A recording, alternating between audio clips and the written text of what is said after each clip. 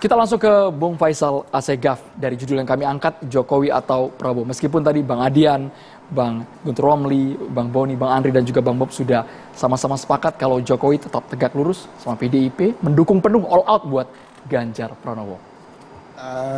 Sebenarnya yang paling jujur di ujung pembicaraan Bung Beni itu kan, Bung Boni, muncul nama Pak Anies Baswedan. Sehingga kalau bisa saya simpulkan forum ini memang ada satu diskriminasi. Kalau memotret pada realitas dinamika demokrasi di luar sana, memunculkan nama Ganjar dan Prabowo di forum ini pesan halus TV One di satu panggung yang apalagi kualitas dialog seperti tadi kan, ya, tidak mencerminkan sesuatu yang berkualitas. Pertama, kalau bicara Prabowo berebut Ganjar dan Prabowo berebut dukungan Presiden Jokowi. Pertanyaan mendasar itu kita tanya dulu. Apakah Jokowi sebagai presiden apa sebagai petugas partai? Kalau sebagai presiden, dia itu digaji oleh rakyat. Ini sesuatu yang memalukan. Rakyat menggaji dia untuk bekerja, menjalankan roda pemerintahan. Kemudian hari-hari ini kan, hampir 6 bulan ini, dia menjadi lapak politik bagi perebutan Gerindra dan PDIP. Ini satu. Kalau dia sebagai petugas partai, kepemilikan partai politik, pasti orang berpikir dia milik PDIP. Tidak elok direbut oleh Gerindra. Kalau dia sebagai presiden, partai politik datang untuk minta rebutan, rakyat ketawain. Kami bayar pajak kepada presiden kan, dan kemudian Anda mau berebut. Pengaruh presiden yang sudah otomatis itu adalah jaringan, fasilitas, dan seluruh dari perangkat kekuasaan. Artinya Gerindra maupun PDIP ini bangkrut sebagai partai politik. Mestinya mereka mandiri dong. Karena calon presiden itu kan produk partai politik. Dari mana ada hubungannya dengan presiden? Ini bukan produk kebijakan negara. Prabowo produk politik yang berkali-kali kalah. Yang sejak awal dia membentuk Gerindra, sampai sekarang posisinya sebagai ketua umum partai. Kalau ditanya apa modal maju sebagai calon presiden, kan dia ketua umum partai. Begitu juga dengan Ganjar. Seleksi dan pemilihan terhadap Ganjar itu dilakukan secara mendadak. Tiba-tiba satu hari sebelum Lebaran diumumkan oleh Ibu Megawati, publik menangkap. Ini bukan kesepakatan dari sebuah konsensus partai politik. Ini produk ketua umum. Jadi membicarakan hubungan antara partai politik dan presiden ini satu distorsi, sesuatu yang memalukan. Justru sudah pada level mengganggu jalannya roda pemerintahan. Sebagai rakyat saya, boleh kan saya bayar pajak dan saya marah kepada Anda semua. Anda menghardik presiden saya, Anda membuat rusak ini tatanan hidup bernegara. Dan tidak ada bahasa ilmu pengetahuan untuk mengevaluasi proses demokrasi yang amburadul.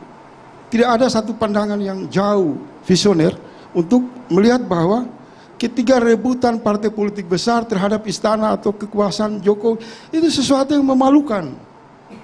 Kalau saya berkaca di seluruh media sosial, itu sudah pada tingkat mereka mengatakan ini badut, boneka, tidak percaya diri. Kalau Anda yakin punya dukungan yang kuat oleh partai politik, Anda punya massa yang kuat, ya Anda jauh dari kekuasaan. Anda tidak boleh nyerempet-nyerempet sebagai pengemis yang setiap 5 tahun muncul untuk mendapatkan. Saya mau tanya sekarang, kalau Pak Jokowi memberi dukungan kepada Gerindra, dukungannya secara pribadi, dia datang ke TPS itu kan cuma 1 suara. Kalau dibilang nanti Pak Jokowi akan mengarahkan dukungannya, itu juga tidak relevan. Rakyat nggak mau. Rakyat tidak mau presiden menggunakan kekuasaan dan pengaruhnya untuk mendukung salah satu calon presiden boneka. Itu satu poin ya. Saya ini sebenarnya, saya duduk tadi di sini Maria dan Andromeda. Saya merasa sebagai rakyat yang termarginal. Saya amati kawan-kawan saya, sahabat saya semua. Kok tiba-tiba tidak menjadi pendekar pejuang demokrasi? tidak menjadi visioner.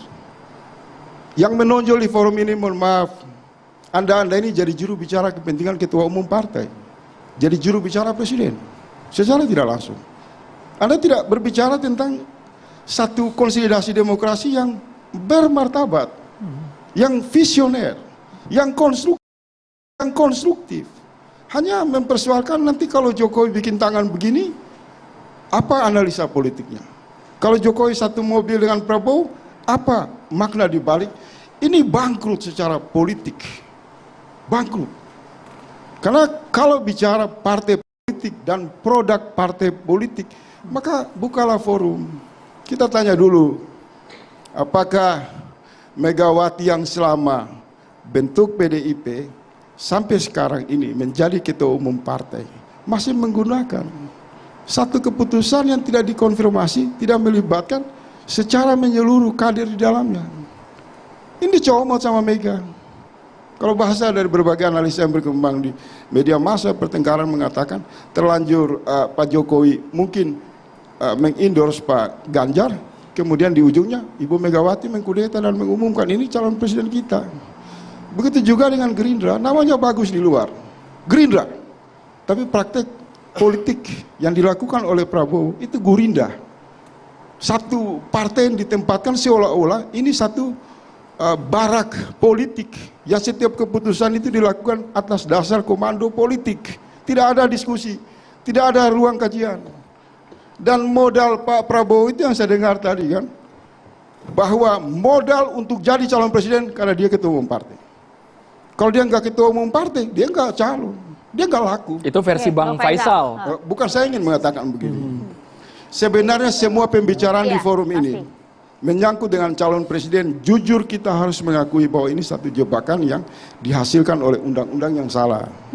Kalau ambang batas 20%, itu dihapus, dibuang ke tempat sampah. Semua partai politik berhak mengusung calon presiden, tidak ada. Partai-partai ini berebut pengaruh dari kekuasaan. Yang kedua, saya mau mengatakan begini, cobalah kita maju selangkah lebih jauh. Kalau saya itu posisi 1% mendukung Prabowo, 1% saya mendukung juga Ganjar.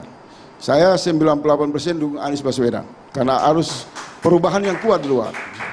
Nah, saya berharap juga dari Bung Boni dan kawan-kawan juga menyisihkan 1% untuk tidak membenci Anies Baswedan. Karena memang tema ini hanya membicarakan satu perbadutan politik antara Prabowo dan Ganjar yang berebut pengaruh Jokowi.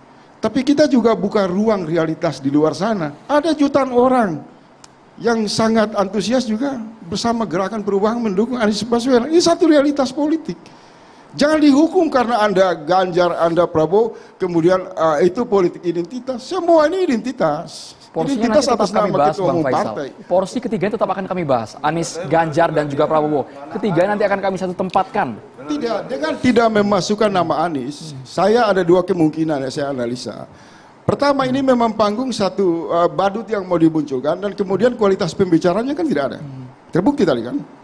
Kedua, ini juga ada pesan kuat dari istana untuk mendiskriminasi calon-calon lain seperti Gatot Nurmantio, Lanyala Matalita seperti Anies Baswedan. Karena calon ini banyak. Kalau kita mau bicara sebagai kawan-kawan 98, Bung Adian dan saya semua, sebenarnya demokrasi ini sudah dibajak oleh ketua umum partai, baik Megawati maupun Gerindra. Itu juga terjadi di Golkar, terjadi di PKB, terjadi di mana-mana. Ini calon yang diusung oleh seorang kakek yang mengusung dirinya sendiri, yaitu Prabowo, dan seorang nenek mengusung anaknya yang namanya Ganjar. Nggak ada prestasi. Ini dipaksakan lewat endorse, karena tidak laku maka dia harus dekat kepada kekuasaan. Kalau dia barang laku, dia akan jauh dari istana. Dan sudah tiba pada kesimpulan, rakyat menyimpulkan begini, calon presiden yang semakin jauh dari pusat kekuasaan, dia yang akan dipilih oleh rakyat Indonesia. Maksudnya Itu siapa, satu Bang? realitas. Maksudnya siapa? Bisa Anies Baswedan, bisa Gatot Nurmantio, bisa calon alternatif seperti Lanyala Mataliti. Saya masih berharap Ibu Megawati, Pak Prabowo berbesar hati datang ke MK dan menghapus itu ambang batas, supaya hak berdemokrasi anak bangsa ini semua bisa mencalonkan diri. Bang Faisal, oke, kami sudah tangkap. Jangan berputar-putar aja di mereka. Bang Faisal, kami angkat judul ini karena